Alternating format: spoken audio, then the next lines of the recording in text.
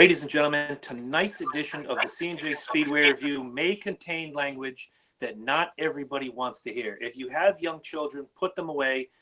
Let them listen to a past episode.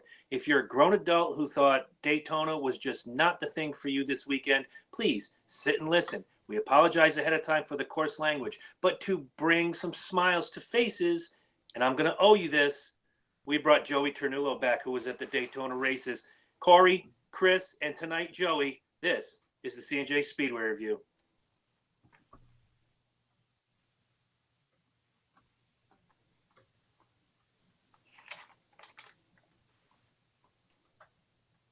Coming off another Independence Day weekend at Daytona International Speedway, the last one ever.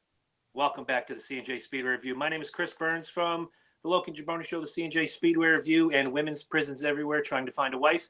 Across the screen from me is Mr. Corey Huffnagel, and across the screen from me in another block is Mr. Joey Ternullo, Connecticut racing sensation. He's going to make his name across the nation. Who's got us? I got real bad feedback, guys. Who's got sound on? I don't think that's me. No. Joey, do you have sound on? I do. Can you find earbuds? Might be able to. Okay, excellent. We're getting real bad feedback. Oh yeah. Let me see. Yeah, let me go. I can do that for you. All right, thank you. So while we're waiting for Joey, will you possibly turn us down while you're looking?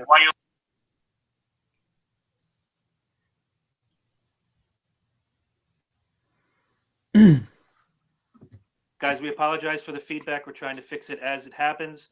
And yes. I believe it is fixed. Joey has turned us down for now. He's going to go find him some earbuds, and we're going to get this party started. Yeah, all right. So you heard at the top, I think Daytona sucked on the Cup side, and I'll talk about that whenever, wherever, and however. But Corey seemed to think it was good, and we'll talk about both races with Joey as soon as he comes back, and we fix the feedback problem. But tell me something, Corey. Why did you think this weekend at Daytona was good in any way, shape, or form? See, I really liked it this weekend because, of course, when you go to Daytona and Talladega, it's just so unpredictable. Like, you can't really tell what's going to happen.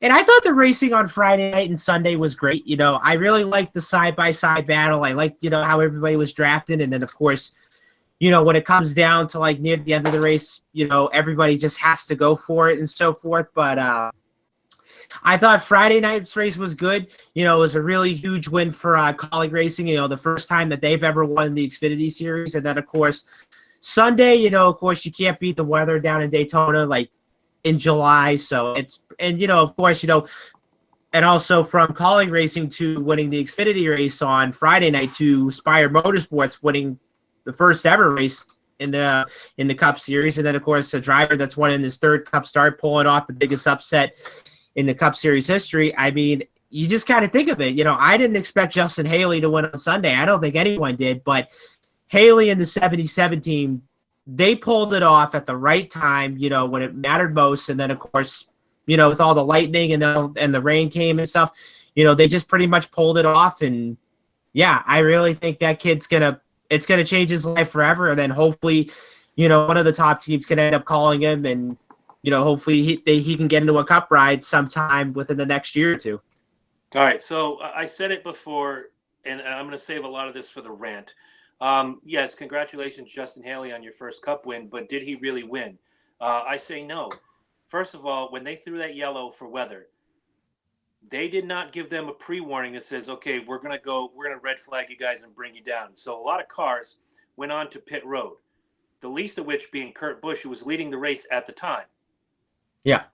And as these cars are in pit road, other cars have crossed the line, changing your running order completely. Now you have, okay, we're red flagging. Well, you just host Kurt Busch and everybody else that just went into the stands. I'm going to save the rest. It looks like we have Joey back. And let's ask from the bird's eye view from the seats in Daytona International Speedway. Joey, are you with us? I'm here. Excellent. So you were there this weekend. You took in both races, I believe. Just the Cup race. Okay, just the cup race. So Yep. I'll just ask you about the cup race before Sure. I shoot my mouth off in about 15 minutes. Definitely. What was your honest opinion of Sunday's cup race? Should have been Saturday night, but we all know weather played havoc. I believe the race. I believe the race started about 5 after 1 in the afternoon. Yeah. And I knew the rain was coming. Just by looking at the forecast. Even Saturday night, I knew it was going to rain Sunday afternoon. But I take into account.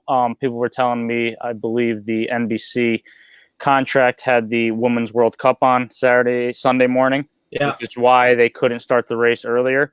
But who knows? Even if they didn't, a lot of people were saying the race should have began, at 11 o'clock or even noon. I mean, even if they started an hour early, the race would have been over. But it was frustrating. I think they got about 120 laps in, 125 laps in before they had to bring them down pit road and for the lightning. And it really didn't start raining till a good probably hour and 10 minutes until they parked them on pit road. So kind of frustrating there. But I guess, NASCAR taking their safety precautions, lightning in the area, clearing the grandstands and stuff like that. But I think it was very frustrating on my part just from the stands because I thought it was going to be a hell of a race and hell of a finish. Yeah. Well, it certainly had the potential to be a hell of a finish. And again, I've got notes. When I go off, this is the first time, Joey, you're sitting in on history. First time ever you're going to hear cuss words on our racing podcast because I just can't hold it back. This race, in my opinion, you know what? I may as well just do it now. To hell with it. Let's break format, shall we? I thought Sunday's race sucked.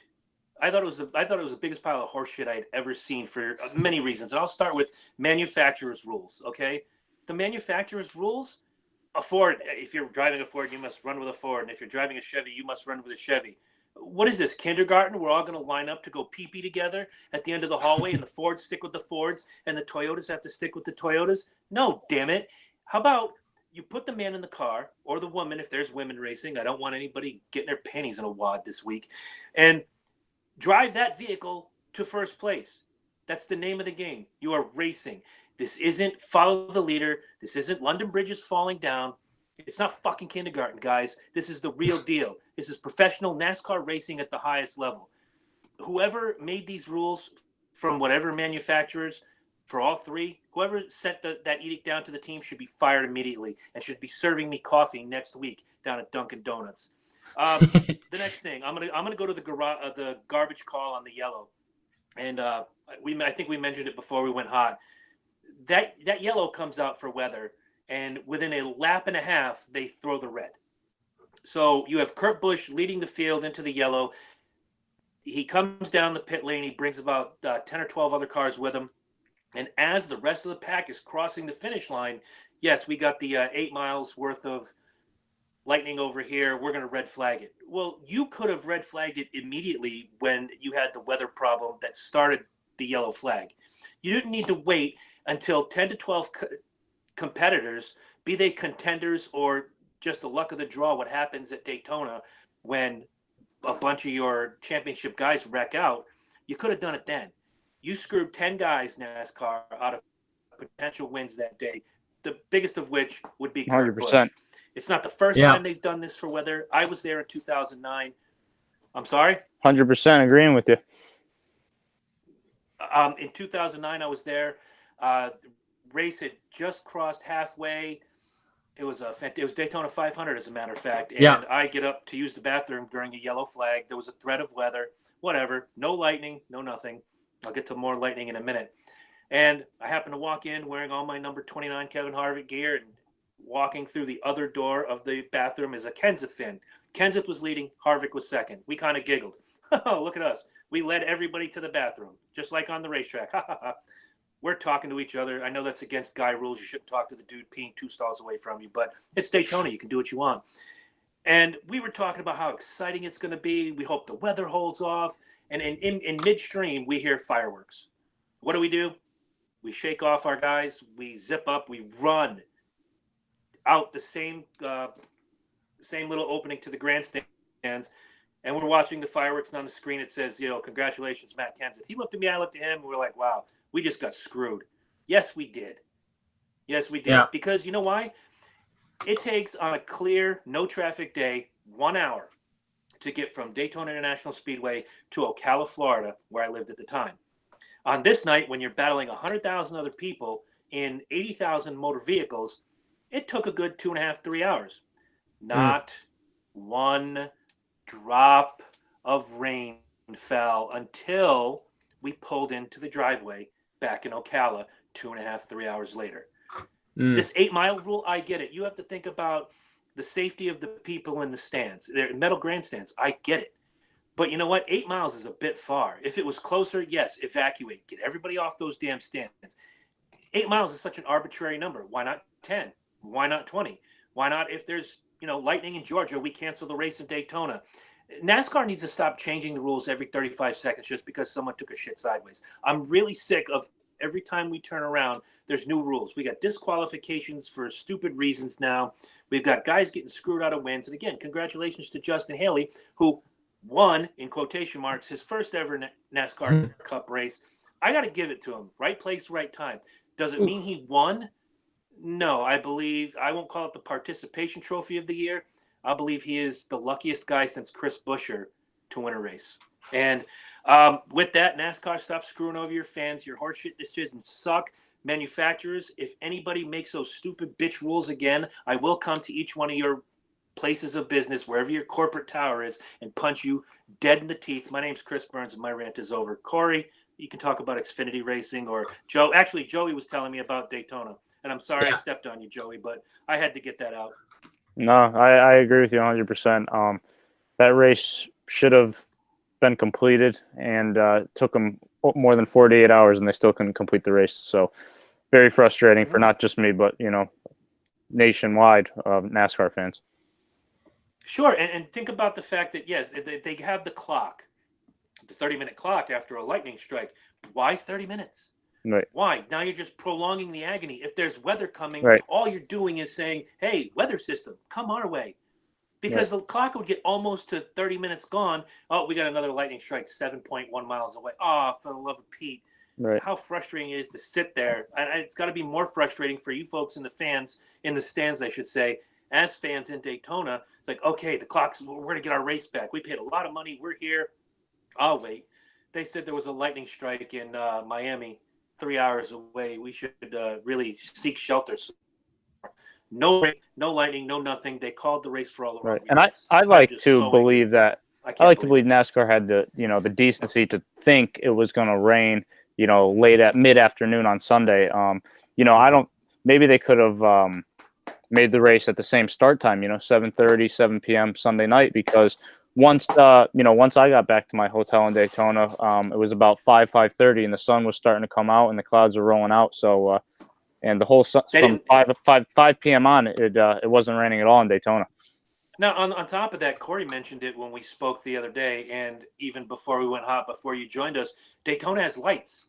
Correct. They could have waited that out. Hey, let's go watch this clip of bull riding from East Kookaloo, Texas, and we'll get back to you as soon as the race starts up again. Right. They could have done that. Yep. They didn't. No. Basically, thank you for your money. Everybody who attended Daytona International Raceway, get out. Right. And they made an effort to call the drivers back to their cars, and everyone was strapped in.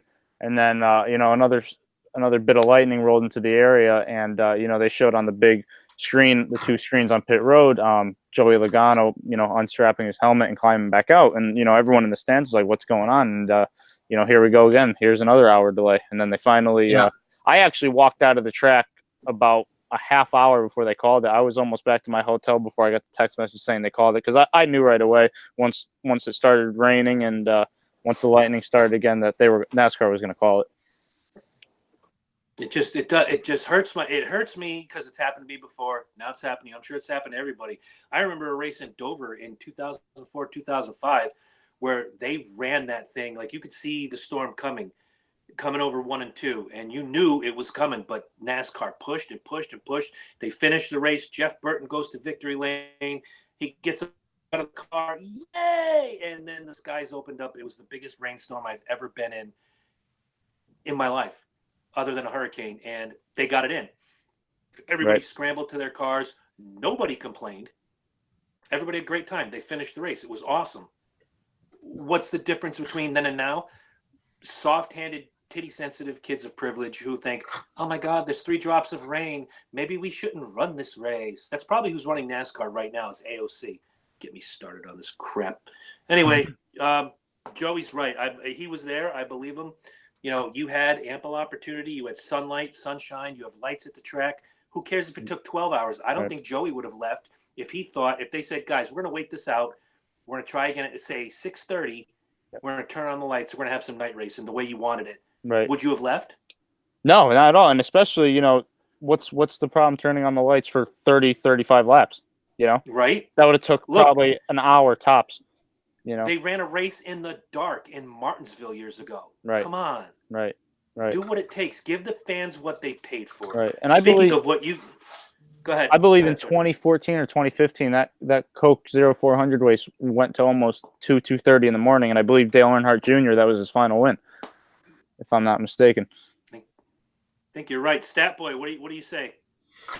So I want to give a little bit of opinions on my race on it. So I would have to say, you know, yeah, they should have ran the race at like 7:30 at night. I mean, when they stopped the race at like, I don't know, probably around like 5:30, I thought, okay, maybe the storm's going to go right past us. And then when, of course, they called the race, I thought, okay, they could have just ran the race tonight because there has been times where, you know, they had a little bit of a rain delay. They called the race, and then 2 hours later, you know, the skies would pretty much get clear, you know, the rain would stop, and then they would get criticized for it. I mean, go back to the Daytona 500 in 2014. You know, the race started in the afternoon. Then you have this long rain delay, which I thought, okay, they're definitely going to call it. But then look what happens.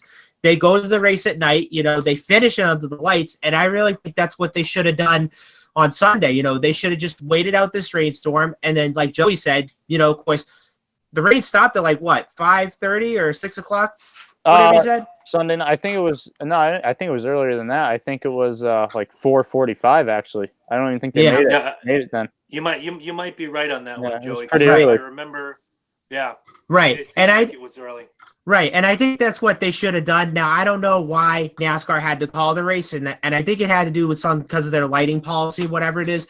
And also with the lightning rule, like, do I think NASCAR is too strict with this lightning policy? I don't think so, because let's remember what happened at Pocono in 2012 when, of course, you know, a fan died because of the lightning strike whatsoever. That's what made NASCAR say, okay, we need to step up on our lightning policy because, you know, if there's lightning in the area, we have to get everybody out of the stand, seek shelter. So in that out of the way, we don't have another fan injured or killed because then, you know, NASCAR and the tracks would have to go through a lawsuit and then everything else, this and so forth. But I want to say the real loser in this race on Sunday would definitely have to be Kurt Busch.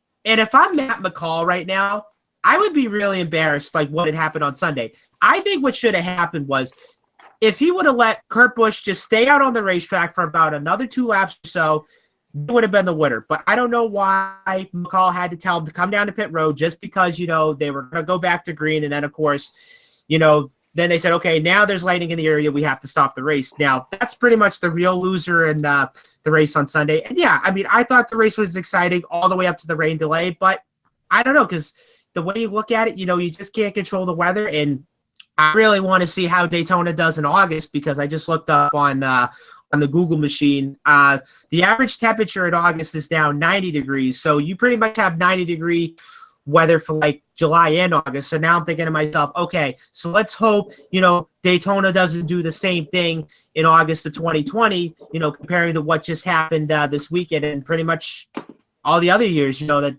the summer race at Daytona has been affected by rain. Right. Darrell Waltrip, Rusty Wallace, Dale Earnhardt Sr., Richard Petty, Harry Gant all ran in non-air conditioned cars at 140 degrees with their eyes popping out of their heads. Tell these guys to man up and stop being babies. Yeah. But I'll agree with most of what you said. Why did Kurt Busch go in? It was originally just a rain delay. He figured it's going to be yellow. They didn't call red. Let's get in. It was pitch strategy at its finest. He could have finished the race on what he topped off with. That's why they made that call. Right. What they didn't expect and what they should never expect is that as 10 to 15 cars come down pit road and the pack crosses start finish, changing the leaderboard even slightly, hey, we're red flagging the race. Right. And I believe Logano won his first Cup race in a similar way at Loudon in 2009 or 2008. He stayed out, and they did call the race. Yeah. But then, and I was at that race, I can tell you, in that situation, the storm was right there. I mean, everything had started, and Right. they don't have lights at New Yeah, wow. Hampshire Motor Speedway. So No. yeah, you don't have lights, so you don't have too much of a choice. This system's going to blow over us in 2 hours. In 2 hours, it's going to be dark. We're screwed. We got to get out of here. Right. And a lot has changed in the past, 10, 11 years between NASCAR and their weather policies. So that played a big role as well. Oh, Yeah. absolutely. Absolutely. So why don't we dive into the Xfinity race, Corey? Tell us about it. So, Kaulig Racing had their big night on Friday night in the Xfinity race, and it was won by none other than Ross Chastain, who ended up getting his second career win in the Xfinity Series, first in 2019 and the first for Kaulig Racing. And, it's actually funny because I was watching this race on Friday night, and I kind of thought to myself, because, again, the Xfinity race, they were delayed by rain, but they managed to get it in at 10 o'clock on Friday. But I thought the racing was good. You had a couple big wrecks, one at the start of the race and then one near the end and so forth. But my biggest thought was, I thought Tyler Reddick, had the car to win the race, went down the pit road because he cut a tire right near the end. But it was funny because, Kaulig Racing had 3 of their cars in this race. And at one point I thought to myself, when all 3 of them crossed the checkered flag, I thought, all right, so which one of the drivers from Kaulig Racing ended up winning the race? And I thought, okay, so Ross Chastain won, and then Justin Haley finished second, and then AJ Allmendinger, which of course he won the first stage.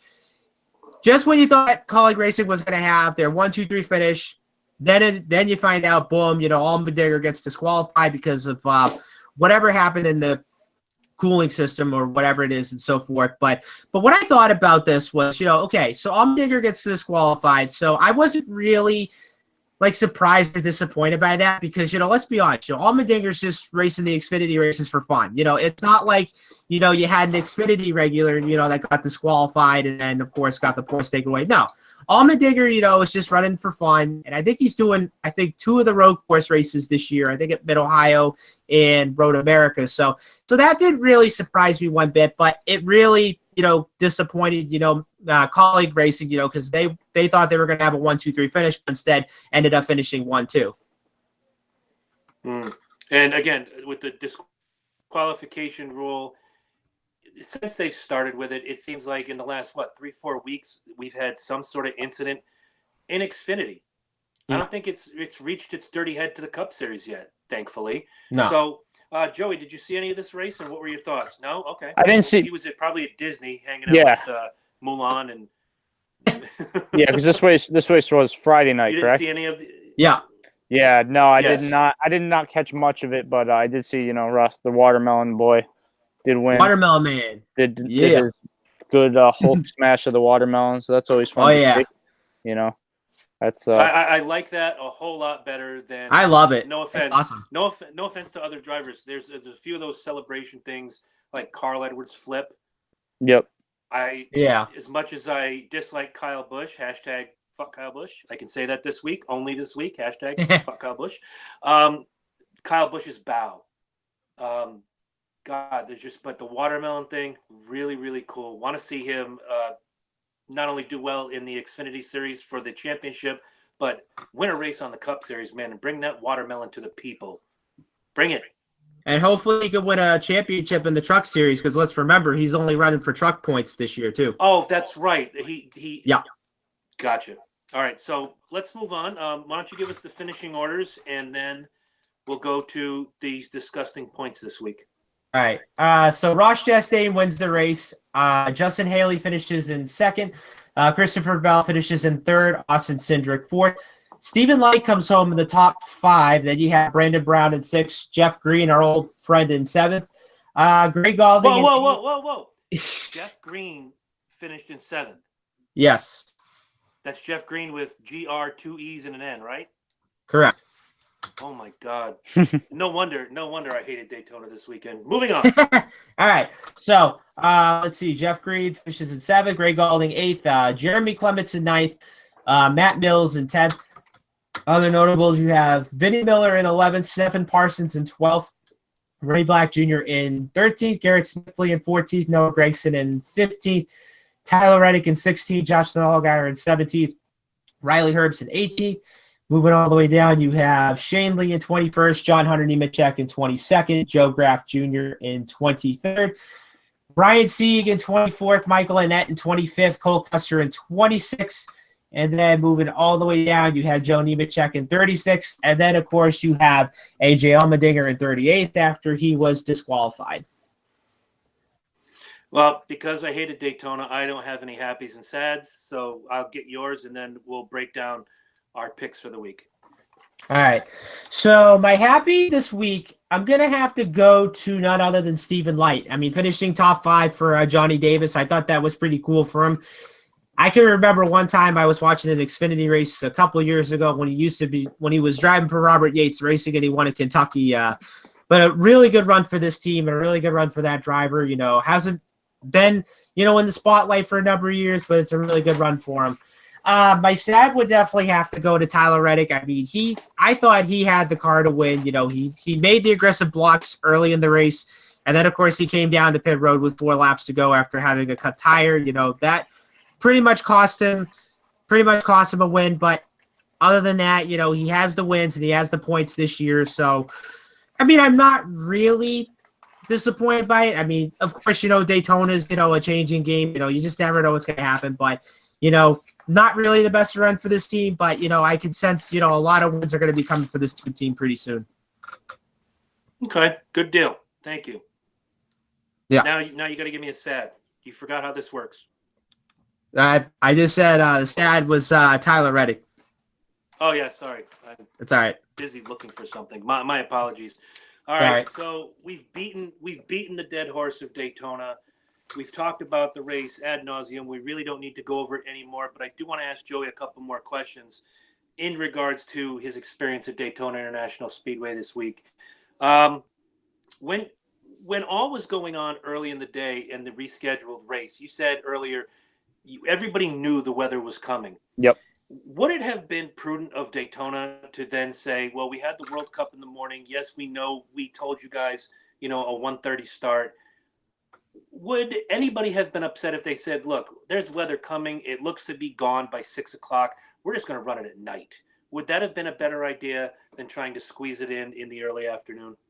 I believe so. But the thing is, I think NASCAR had their sight set on a 1 o'clock start time. And believe it or not, they opened the gates to the race at 11:30. So an hour and a half before the green flag. That's a little late. Yeah, on my that's part. very late. Right. So, when everyone and there was actually, believe it or not, one line on every gate of the whole entire track because of how short staffed they were. So, I knew right from the start it was chaotic. You got thousands of people showing up and have to line out of one gate. So, once we got in, went down to the pits, went in the garages because I did have hot passes this weekend, which was really cool. My first time there with hot passes. But, a lot of people were, saying it's going to rain at 3. It's going to start raining at 3. And believe it or not, it come 3 o'clock, the clouds rolled in and we were forced to leave the grandstands because of the lightning. So I thought, 6 o'clock, like I said earlier in the show, 6 o'clock or 7 o'clock start time would have been fine. There almost wasn't a cloud in the sky by then. And I think we would have got a full race in and boy, it would have been a hell of a race towards the end. They could have gotten it in 2.5, 3 hours. My thought, and I want to ask you in regard to the manufacturer's rules. With all those Fords running together, I was on the phone with a friend of mine when the 7 Fords led by Harvick and Keselowski are just tearing through the field and Logano's right behind them. And I'm on the phone with my friend and I said, if one of these guys wiggles, you're taking out a bunch of your, manufacturing teammates. This doesn't make any sense at all. And he's a former race car driver himself, ran quarter midgets. And he said, that's the dumbest thing they could have ever done. But you're there, you're watching it happen. When the Ford train gets to the front or the Chevy train gets to the front, it looked like it was exciting racing. But in the back of my mind, and I don't even race cars, is like, like when we had the big controversy this weekend about Brad Keselowski. I'm not going to lift. So when he's behind Harvick and Harvick's behind him and he doesn't lift and Kez gets turned and then everybody gets taken out, it just became, Screwfest 2019. Did that bother you at all, the manufacturer rules? Yeah, I think the way NASCAR's laid out now, a lot of these rules Joey? have. You got me?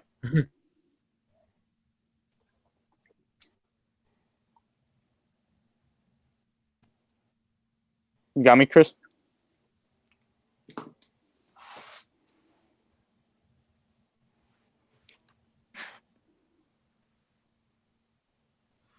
Hello, Chris. All right. I don't know if there you are. Okay. Yeah, I got you now. I'll hear it in You got me now? post-production. I didn't hear anything you said, but that's okay. And I apologize for the problem. Yeah, I got you now. You're good. Okay. All right, so let me go to the points on the Xfinities. I got you now, bud. All right, let me go to the points on the Xfinity picks, and then we'll just have Corey read down. Unless Corey, you have something else to say about the Cup race, we'll dive right in. But Corey took Tyler Reddick as his lock. He finished 16th. He took Timmy Hill as a sleeper. He finished 18th. That's a score of 34. You divide that in half. Corey, your finish is a 17. All right. Meanwhile, back at the ranch, I took Cole Custer as my lock. He finished 26th. Not so bad until you consider my sleeper. Mike Lynette finished 25th. That's a finish of 51. Divide that in half. It's 25.5. Corey takes the 2 points for the Xfinity picks this week. Yes. Yes. Just way to congratulate. So do you have anything you want to add on the Cup race before we talk about the finish, the points, the picks, and move on to Kentucky?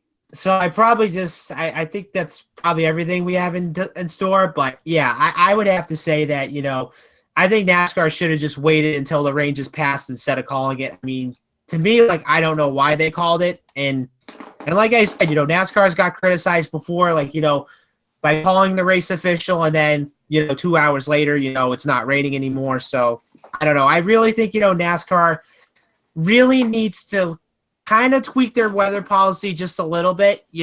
For example, okay, we'll just have to see how this rain does. And if it's a passing rainstorm, then we'll get this race in. But then, of course, if it's a rainstorm that's coming in and then it's going to be here most of the day, then that's when we should call it official. But I really think NASCAR kind of needs to change their weather policy up a bit. I mean, lightning policy, I don't think they were too strict on that. I really think it's a safety issue as well. So, and it's also, again, to get everybody out of the grandstands, before, the lightning strikes at the racetrack, because remember, we had a fan that got killed years ago at Pocono. Right. So with that in mind, if you could read us the finishing order of Daytona, we'll go into picks. I actually have a happy and a sad for this race because, all right, damn it, I can do this. Okay. So can I just give just one little take on the big wreck that happened with 30 to go? Turn one. Was turn one, yeah. Who started that? Was okay. That was Austin, so I have Austin Dillon. Yeah. So I have that's the right, Dylan, because Go ahead. I'm sorry. Go ahead. All right, so I have the video on YouTube right here. So you look coming up on going at the start finish line. You see Austin Dillon taking the lead going down the front straightaway going into turn one. So here they are going into turn one. So Austin's got that line moving. So all of a sudden you have Clint Boyer that's coming down on the bottom trying to make a pass. And now Austin realizes, oh, he's coming down on the bottom. I'm going to try and block him. Well, if you look at it, his rear quarter panel gets onto the front side of the Boyer car. And then all of a sudden, Dillon spins. And then that pretty much just collects everybody, going into turn one. And let's remember, these were good contending cars, that got taken out in this crash, and that's what pretty much helped Justin Haley won the race anyway. But, I do get it. These guys were all racing because the weather was coming, the rain was coming, and, everybody did what they had to do, to try and get every position they can. But I really think with this manufacturer rule, the Fords wanted to win, the Chevys wanted to win, and the Toyotas. But again, if somebody's on that inside bottom, you just have to let them go. Otherwise, if you block way too soon, then that's what's going to happen. 100%. I agree with you wholeheartedly. Joey, what'd you think? Yeah, I was sitting at the entrance of pit road between, right after turn 4. So I didn't really get a good spectator view of the wreck, but you know, once I saw it on the screen, you know, Austin Dillon in the lead, is in control of the race as any other leader would be. Yeah. You know, once you take the high line and go to the low line, you know, there's going to be consequences. But when he got from the top to the bottom, he was clear. But what I took from it was Clint Boyer wasn't lifting and losing his momentum, and he kept right in the gas. And, you know, he moved up a lane and hit him right in the left rear. And then the big one happens. But, you know, doing that with, you know, so much time left in the race and knowing that, you know, there's going to be cautions, you're going to have to come down pit road again, get tires, get fuel. I didn't agree with the move at all. And, you know, it's kind of a Austin Dillon thing to do. You know, he is kind of known for making a bonehead move like that. But, you know, I give a lot of respect for Clint Boyer for, you know, not taking his crap. And it was unfortunate that Clint Boyer took himself out doing it, but that is racing. And the big one at Daytona lives on. Yeah, and again, like you said, between bonehead move and not lifting, look, these guys are hurdling. What a lot of people don't understand, they think they're just driving in a circle. La, la, la. No, this is 200 miles an hour. At times, they had speeds of 205. You know, you think it's hard to maneuver your car at 80 miles an hour going down I-95. Try this, okay? Try this. But you're right, Austin Dillon, not always the smartest thinker. I blame his spotter for that one. Yep. If you have Boyer and that line coming up, knowing that for the last 3-4 laps, Boyer would run the low side and then move up a little going into the turns. He's been doing it for 5 or 6 laps. It seemed to be his groove. You can't cut down as hard as Dillon did, much like Stenhouse earlier in the race when he tried to take 3 lanes and cut off the train at the bottom and got himself turned and went through the grass. Right, and I had a front row seat of that. Oh, beautiful, beautiful. Yeah. But man, I agree with everything everybody said, and you know, Daytona, man, I think NASCAR in general, in NASCAR's basically backyard, 2 miles away from the building that they work in. Man, you guys screwed it this time. I'll tell you. Yeah. But Corey, why don't you go ahead and give us the finishing order? We'll look at these disgusting picks and we'll move on to Kentucky. I have a space for Joey to make picks for Kentucky as celebrity Judge Jones right over here. So we're going to get his picks as well. But go ahead. All right. Okay, Justin Haley and a bunch of bums. Go. Yeah, Justin Haley wins the race. William Byron ends up finishing in second. Jimmy Johnson ends up finishing in third. Ty Dillon ends up finishing fourth. Ryan Newman rounds out your top 5.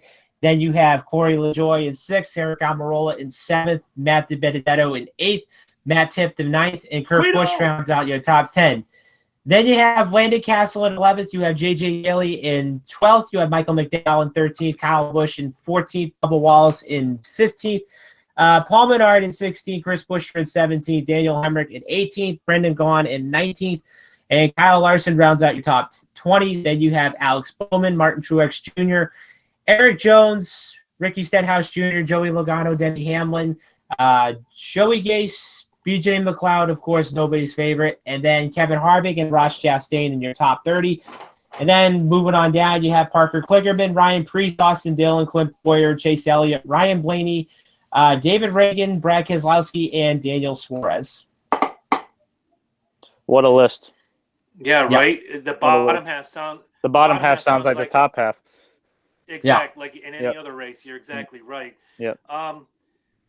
Wow. So who am I happy for? I'd like to give it to Justin Haley, but I'm not going to. Luck is luck. I want to give it to a guy who ran his heart out that entire race. He was in the top 10 most of the race. Ladies and gentlemen, your 8th place finisher, your friend and mine, Guido Matt DiBenedetto, gets my happy. 100%. My sad goes to the fans. There's nothing else to say. Whether you were there in person or watching on TV or listening on MRN, the voice of NASCAR, y'all got screwed. Eat shit, NASCAR. And now, Corey, you're happy and sad, if you will. All right, so my happy, I'm going to go with William Byron. I mean, finishing second, a good run for this 2014. They have been running pretty decent this year. You know, they did finish the top 10 at Charlotte back in May, so really good run out of this 2014. I'm hoping they can score a win sometime soon.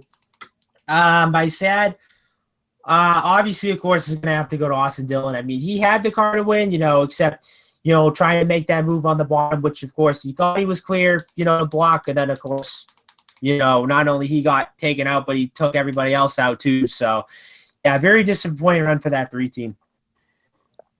Mm-hmm. So let's move on. Wow.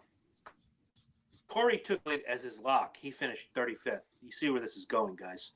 His sleeper was Ricky Stenhouse. He finished 24th. The highlight of the night is that he chose Matt DiBenedetto as his hopeful. He finished 8th. Corey, a very dismal 67. You divide that by 3. Your finish this week. Lead lap Jones right here, 22.3. All right. I took Joey Logano as my lock. He finished 25th. I took Alex Bowman as my sleeper. He finished 21st.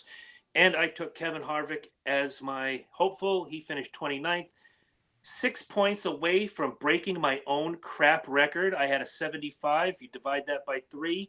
That's a 25. So by just less than 3 points, for the first time in 18 weeks, Corey has taken the lead in the picks. He had the lead in Daytona in February. He's got the lead in Daytona now in July. The current point standings are Corey 52, Chris 50, having gotten shut out this week. Corey leads the points by 2. Ha!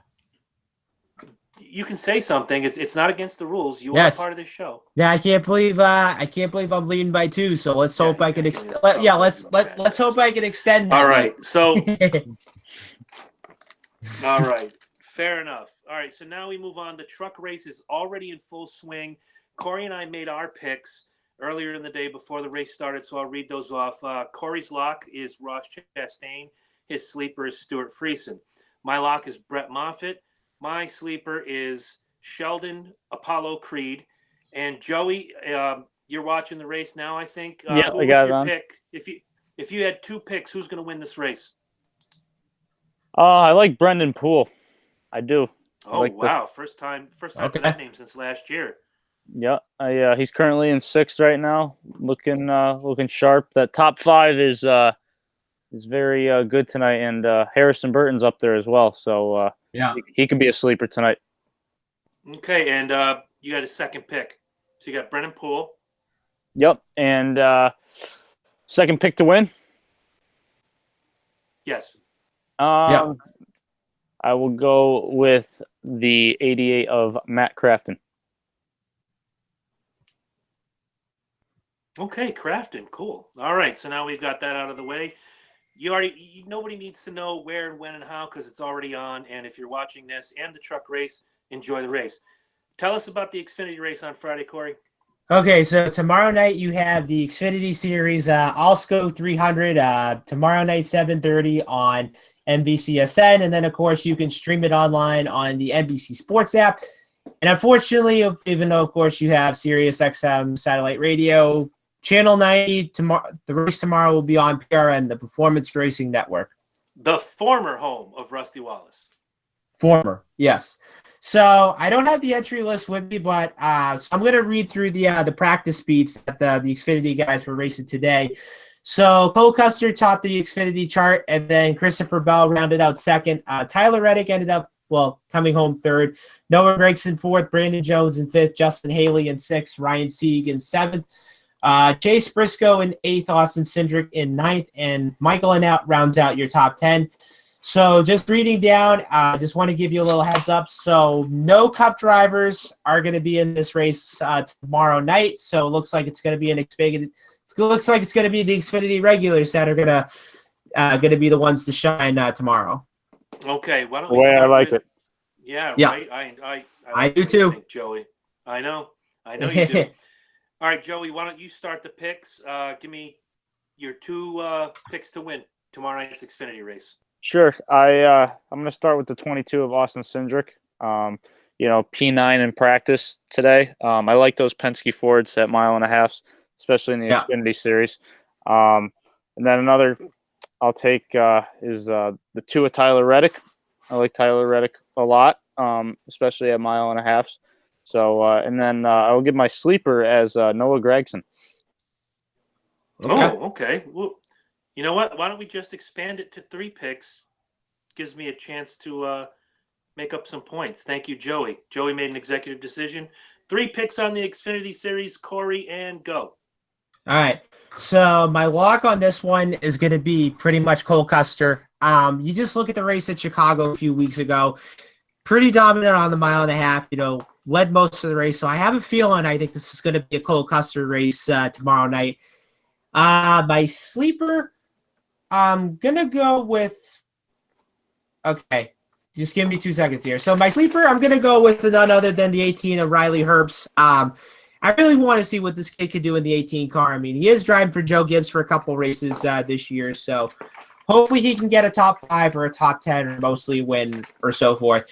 And then my one to watch would be the third one, right? Yes. Okay, so my one to watch tomorrow night, I'm gonna go with Joey's pick. I'm gonna go with Noah Gragson as well. Okay. Well, if that doesn't suck, we all pick Noah Gragson in one position or another. My lock is going to go to Justin Allgaier. Kentucky and Texas are not too dissimilar. Kentucky's a tad bit smaller, but Justin Allgaier really knows how to wheel around those tracks.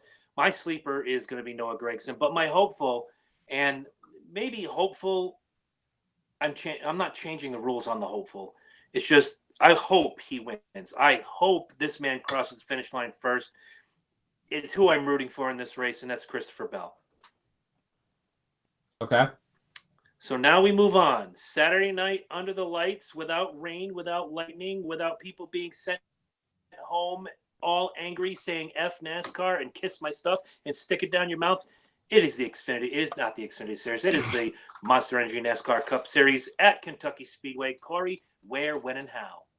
All right, so Saturday night you have the Cup Series, Quaker State 400, 7:30 Eastern Time on NBCSN. Stream it live on the NBC Sports app, and then of course on Sirius XM Channel 90, the NASCAR Network, which of course you will have PRN, the Performance Racing Network, the former home of Rusty Wallace. The former. It's like the Ohio State University. All right, Joey, you're the guest. Make your picks. Need 3 of them. Sure. First, I'm going to go with the 19 of Martin Truex Jr.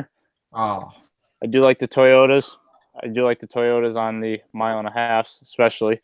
Cup Series, that's usually their thing. I'm not going to go with Kyle Busch this week. I do like his teammate, though. yeah. Perfect, Chris. There you go.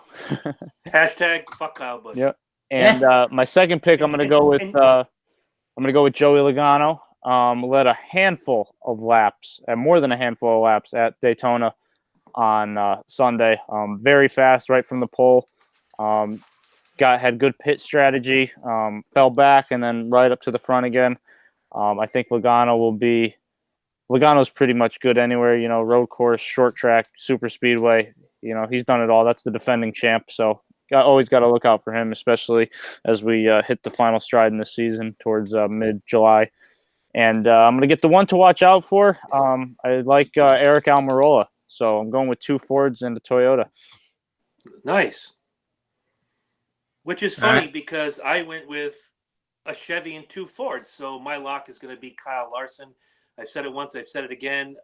Kyle Larson has to break this slump.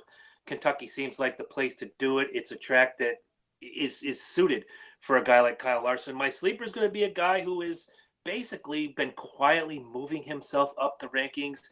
He's been in the top 10 a couple times, but we're not supposed to see him. He's the fattest ninja that you've ever seen. I'm thinking Ryan Newman is my sleeper. And of course, as I stated 5 weeks ago, it has still not helped me at all. It's probably why I'm losing the pick set right now. But my hopeful is going to be Mr. Invisible until he crosses the finish line. And first, he will continue to be my hopeful. Ladies and gentlemen, the number 4 of Mr. Formerly Where'd He Come From? Now it's Mr. Where the Hell Did He Go? Kevin Harvick. all right. Corey, hit it. Okay, so I have a little bit of a lock on this one, and this one kind of made me do a lot of thinking on this. So my lock, I'm going to go with the 88 of Alex Bowman. I mean, just look at what happened at Chicago a few weeks ago. He won the race, gets his first career win. But not only he runs good at Chicago, but go back to the race in Kansas back in May, he also ran good there too. Ends up finishing runner-up to Brad Keselowski. So I thought, something tells me I think that 88 car is going to be good when we go to the mile and a half. And I have a feeling I think Bowman's going to get his second career win on Saturday night at Kentucky and, get Hendrick's third win of the season. Now, my sleeper on this one, I'm definitely going to go with one of the Fords. So I'm going to go with Kevin Harvick also because, let's face it, he really needs a win soon.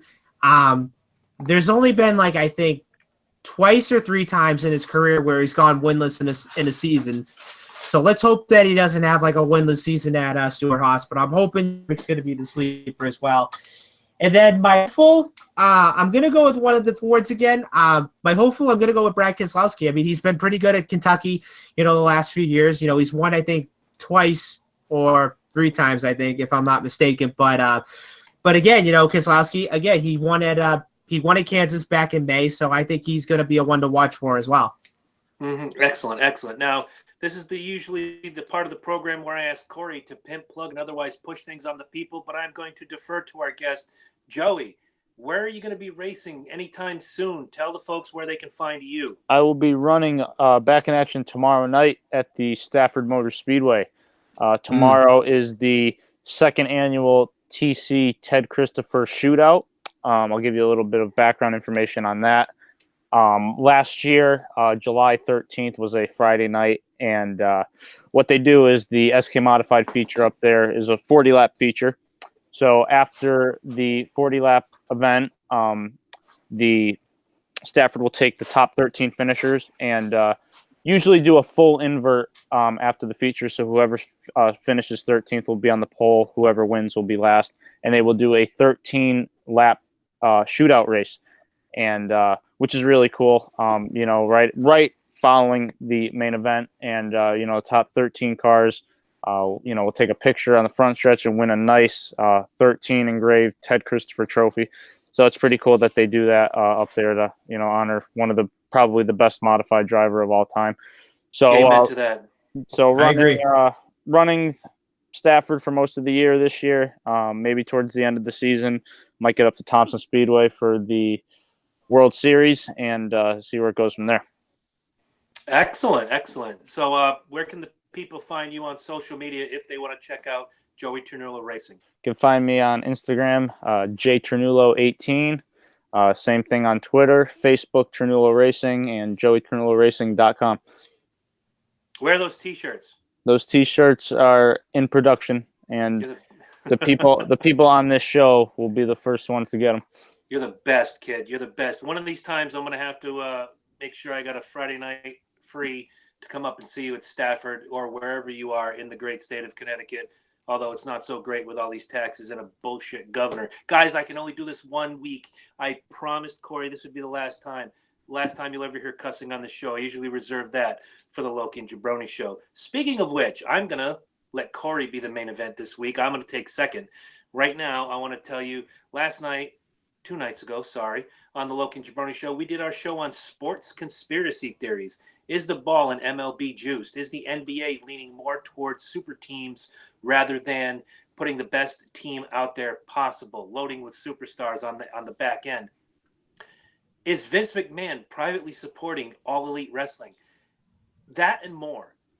And my take on Pete Rose and why he's getting snubbed for the Hall of Fame over and over again when steroid users continually find their way onto the ballot. I think steroids is worse than gambling, but hey, who am I?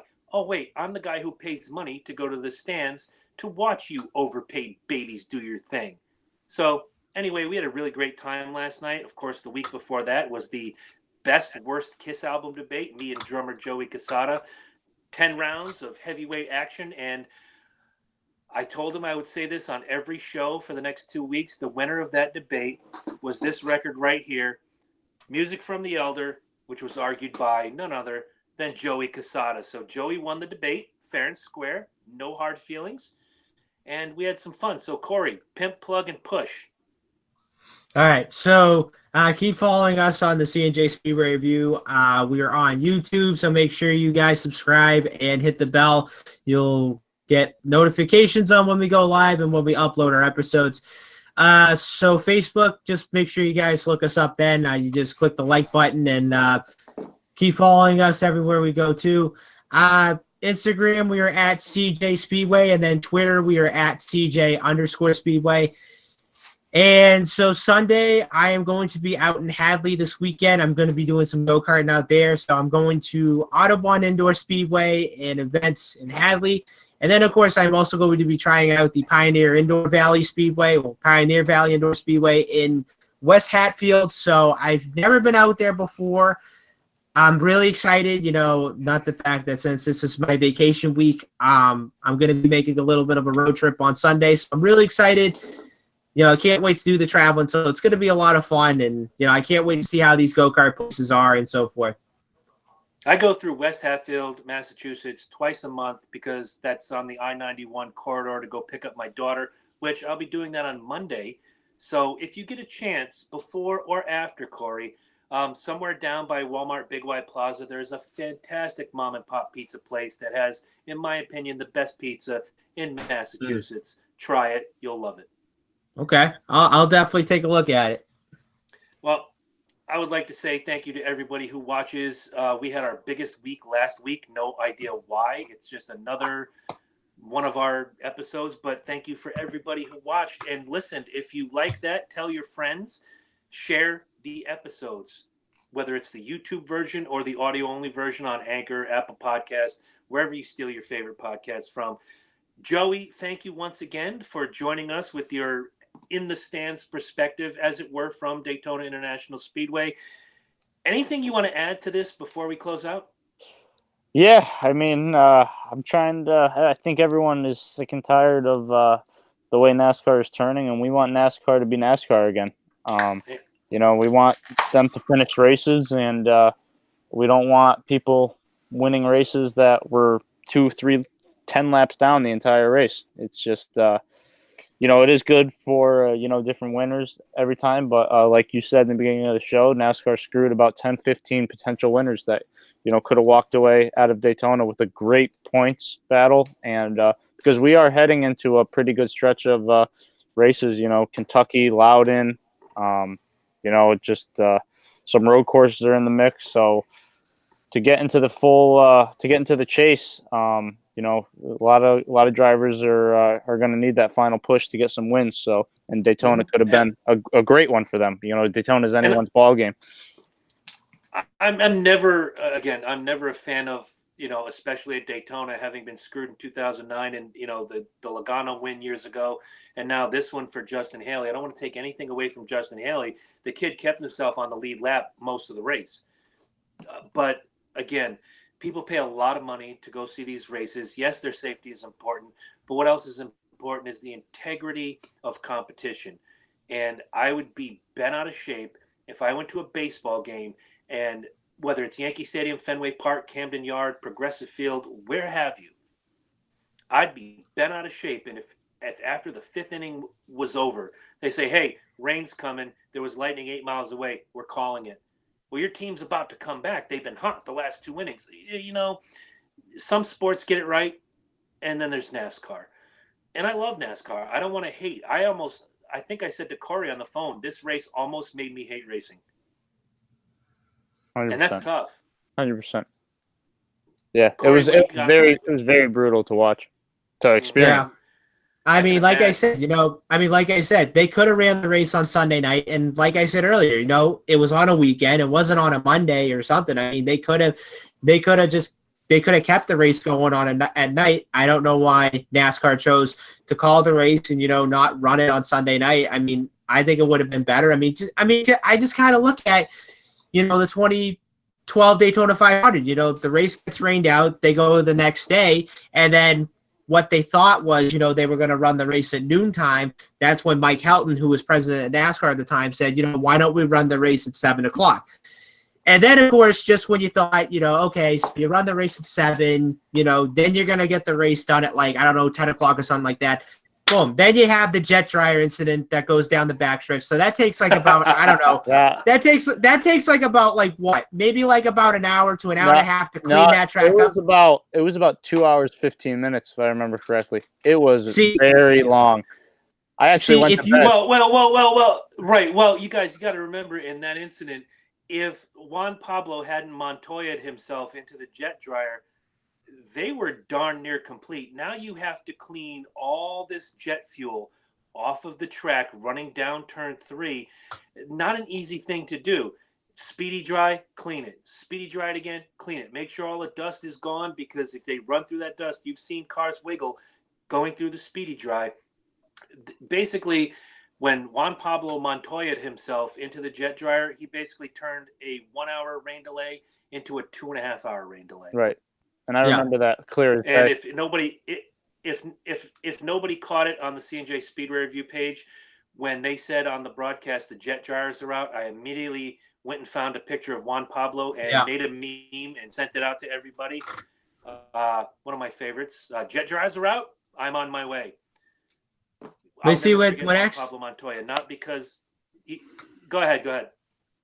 But see, what actually kind of made it interesting was that if you watched that episode, the day, recapping the 2012 Daytona 500, the track president, Joey Chipwood, at the time, he said, like, oh, like, have you ever set your track on fire before? He said, I don't know. Like, we've never done that before. But if you go back to that incident, like, let's say, like, if the track was burning, like, long enough, like, to destroy, like, the track surface or whatever it is, Dave Blaney could have won the Daytona 500. He could have won the 500. I mean, had that little incident not go on. So now you're talking about the race, that was going to be over at like 10 o'clock to now the race was being over at like, I don't know, 1:30 in the morning because of that incident, whatever. But that was a point where NASCAR said, you know what, we're gonna clean this up. We're determined to finish the race, and then they got all 200 laps in. And yeah, NASCAR has had some weird finishes before, whether if it was in the rain or whether if it was, that happened in the 2012 Daytona 500. I still remember the truck race back in 2015, and I don't know if you guys remember this, but this was when Ben Kennedy, kind of got airborne just a little bit, hit the catch fence, and this happened with like 6 or 5 laps to go. So then what happened was NASCAR called the race official, and that was at the time that Crafton won the race, because the reason why they did that was because if they would have fixed, the catch fence, it would have took like probably like 2 hours, I think, like to like repair it and stuff. So yeah, so right. NASCAR's had some weird finishes and all that. And that was more for fan safety than anything else. Overnight, they did a fantastic job putting that fence back together and getting it ready for the next day. So, and speaking, because Joey, he runs here, man. He's a Stafford Motor Speedway guy. Obviously, Stafford was, unfortunately, I believe was it Stafford or Thompson where John Blewett unfortunately lost his life? That was Thompson. Okay. Fan safety, driver safety, all has to be considered. My friend who now works for NASCAR was a beat writer for the day for auto racing and called me. He says, "Are you home?" "Yeah." "It's late at night." He says, "Okay, I'm coming over with a 2-liter bottle of Coca-Cola and a bottle of Jack Daniels. I need to talk." I mean, he was working, watched John, who we talked to prior to the race. Yeah. Really good guy. I got to meet him a few times. John and Woody Pitkat are two of my favorites. And of course, Joey Ternullo. Let's be completely honest with each other. But to hear that John passed away, it was just, and the way he passed away was just ridiculous. If you guys don't know about this, I'm not asking if there's video out there, but just go look it up and read it. Read what happened. Just so heartbreaking. And, much like Ted Christopher, when a local guy, a local racer in your state, your area, your town, your county dies, man, we feel it. Richie Evans years ago, before either of you two guys were born.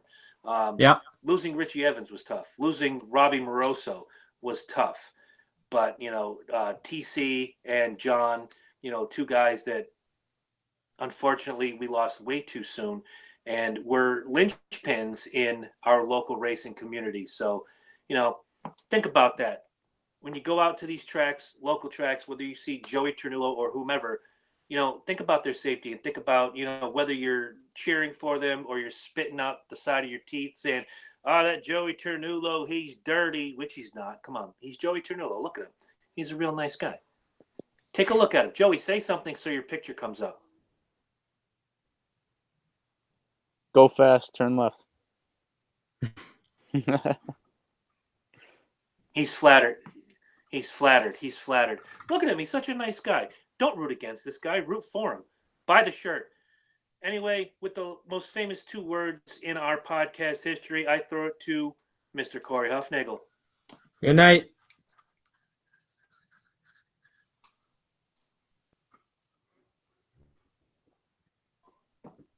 Finally. All right, now we just got to wait for Eddie. So anybody still watching us on YouTube, this is what we call the after hours portion of the show, where you get extra stuff because, well, we just have to wait for the producer to make coffee and do his thing and wrangle the kid and all that stuff. Joey, where have you been racing recently, and how have your finishes been? Stafford, I think we raced. Tomorrow will be my 3rd event. We missed last week because I was in Florida. And then the week before that, we missed due to a wreck that happened on the 21st that kept us out for a couple weeks. And then we had some motor troubles in my debut in the beginning of June. So still looking to complete a 40-lap event, just working the bugs out a little bit, but gaining some confidence. We were running really, really well. On the 21st, I started 26th and drove it up to 14th before we, with 10 to go. So with 30 laps, 26th to 14th with a couple cautions. So we were running really well, and only my 3rd time there. It's a tough place to get around. It's a flat half mile. But tomorrow I think we're gonna have a really good car and see what we can do and try to make it the top 13 to make that shootout race. I was going to say, if you do nothing else this year, you take home that Ted Christopher race, whatever you do. If you don't win another thing this year, if you have a year full of second place, win tomorrow. Right. Yeah. That one's I think even last year, the person that won the shootout race was more thrilled than he said it was better than winning a regular feature. And I said, absolutely. Of course. Yep. Of course. And we just lost Ted, 2 years ago? So yeah. It's still kind of fresh in everybody's mind. Yep. Hey guys, I hate to break this to you, but Tyler Ankrum just won the truck race. Yeah, did see that. Tyler Ankrum, wow. Yeah. Oh wow, maybe we can get the picks figured out right now. Yeah. Can we get a running order? Let's see. Tyler Ankrum wins the race. Stuart Friesen second. Harrison Burton, Ross Chastain, Dylan Lupton, Austin Wayne Self. Whoa! Slow down. I ain't got numbers on this. All right. Okay. Dylan Lupton, Austin Wayne Self, Brett Moffitt, Spencer Davis, Jeb Burton, and Matt Crafton is your top 10. Yeah, I got none of that. I got Friesen. That's all I got. I'll wait till tomorrow. Basically, Okay. If I'm hearing what I'm hearing, you won the picks in the truck race, you rat bastard. Yeah. And apparently it looked like Brett Moffitt was going to win the race, and then he runs out of gas with 2 laps to go, and there were some guys that were running out of gas with little less than 5 laps to go because of pit strategy. Is Tyler Ankrum a KBM truck? No, he drives for DGR Crosley. DGR, okay. Yep. So first win for DGR Crosley in that team. Yeah. Tyler Ankrum actually raced quarter midgets in Meriden, Connecticut at the 2008 Eastern Grand. So he's and I believe he won the K&N race at Thompson last July, actually, last summer. And I was there for that. Good on him, because Brett Moffitt just screwed me. Fucking Brett Moffitt. God bless America. Well, Corey got 1 point. We already know that. Corey took the truck race this week. Yay! And not to mention the crew chief for Tyler Ankrum is none other than Kevin Manion. Oh Lord. Yeah. I tell you what, that DGR Crosley team, I think they're going to be racking up a number of wins sometime soon. Oh yeah, absolutely, no doubt about it. But good for Ankrum though. Good for Ankrum. I knew he was going to win sometime soon, and now I don't know if he's qualified for the truck points, but I think he's running a limited schedule this year. I think you're right, because he ran 3 weeks ago and had a top 10 finish And, I think one of us said, that was our happy. Like, look at Tyler Ankrum. Yay. I don't think any of us saw this coming, though. So I'm going to have to watch this on the NBC Sports app tomorrow. Angela and Madison are going to a beach house with Angela's mom and 2 nieces for the next couple days. I am going to be solo Cracola Jones watching the Xfinity race, the Cup race. And then Sunday, I'm going to mow the lawn and meet them out there. But I'm going to have to find some time to pull in that truck race. Maybe Sunday morning, like at 8:00 in the morning, I'll pick that up on NBC Sports. Yeah. So I guess whatever Ankrum gimmick schnabit's on the Roku and watch it. I want to see how this race played out. I really do. Yeah. So I'm guessing Ankrum and I want to wins see why Corey beat me this week. Yeah. Because. So I'm guessing Ankrum wins his first career race in only his 12th start. Or I should say 12th or 11th start, but yeah. Awesome. Wow. Yeah. Harvick did it in 5. Haley did it in 3. Now you got Ankrum in 12. All right. Jamie McMurray Jones. All right. Good. All right. Has anybody reached out to producer Eddie? Because I just saw him walk by. We're done. I just saw him walk by. Now we're just looking at Joey. Oh, did you? I don't have video on him. Yeah, I just saw him walk Joey, by. you need a haircut. I know. I do. Bad. Okay. So do I, but I'm going on vacation. It doesn't matter. There you go. I'll be in New Hampshire, but not going to the races, which is an odd occurrence. It was planned that way because we're going to have the town to ourselves while all the race fans go to the race. Right. Which I'll be there next Saturday. And you have your marching orders, and I'm going to learn how to Venmo. So if you get a shirt, you hold it up, size XL. Look, I got your shirt. Venmo Jones. Ding. As soon as you get it, you send it. Bada bing. Yeah. And how long? However long it. What's that? No, go ahead. I was going to say, as long as it took you to send that flag to Sherry, I'm hoping it doesn't take quite as long for the T-shirt. Right. So yeah, just like I said, I'm not really sure if I can make it up after the race, but that's kind of my debatable side as of right now. So. All right, no worries. Yeah, because I know that I know that after the Xfinity race, then you have the K&N East race, which that's only like 70 laps or so forth, and that's gonna go on until like probably I'd say like 7:30 or something. The Wheel and Modified Tour race, I'm excited for. I might head up there next Saturday. Oh, me too. I'm excited for the modifies next week. Yeah. That's my favorite. Yeah. Is Ryan Newman running again? I want to say yes. I'm not really sure, but something tells me he's going to be running next week. In the Gary Putnam car, 77. Yes. Yep. Something tells me he's running next Saturday. Yeah. Very good. Thanks again for having me on, guys. Nice. Yeah, you're welcome, Joey. Anytime. No problem.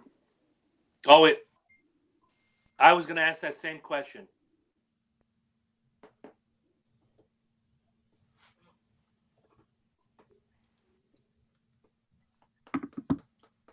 Okay, so Ankrum right now is in the top 5 in points. So okay, so it looks like Ankrum I think qualified in. So, okay. All right, take care, bud. So Ankrum is in. Thanks, guys. No problem. Take care. I was experiencing quite a lag. I'm not sure if. Yeah. Yeah, I was just looking up on the points, and I guess they said that Ankrum's in or something. Okay, well, if they say he's in, he's in. Yeah. Thank you.